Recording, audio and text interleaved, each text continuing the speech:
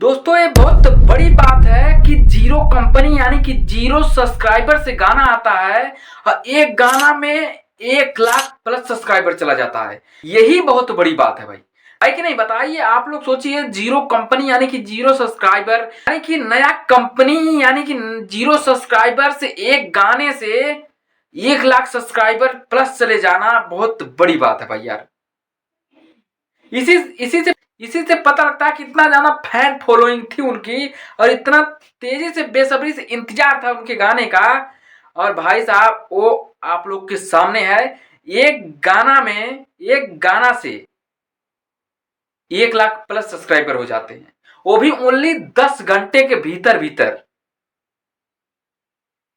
ऐसा मैंने पहली बार देखा है और हर कोई यही बोल रहा है कि भाई मैंने भी पहली बार देखा है।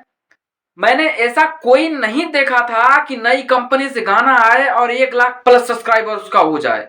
ये मैंने पहली बार देखा है और इतना इनके चाहने वाले थे। इससे पता लगता है कि बेसब्री से इनका इंतजार कर रहे थे और सही में कि इनके वजह से मार्केट सूना सूना पड़ा हुआ था और हर कोई यही बोल रहा था कि इतना दिनों बाद भैया कुछ बड़ा ट्रैक लाए हैं। और हर कोई जहां देखो तहां यही चल रहा है। और भाई साहब कहा, हालांकि ऐसा कभी नहीं हुआ था कि नई कंपनी से गाना आए और 1 लाख प्लस सब्सक्राइबर हो जाए।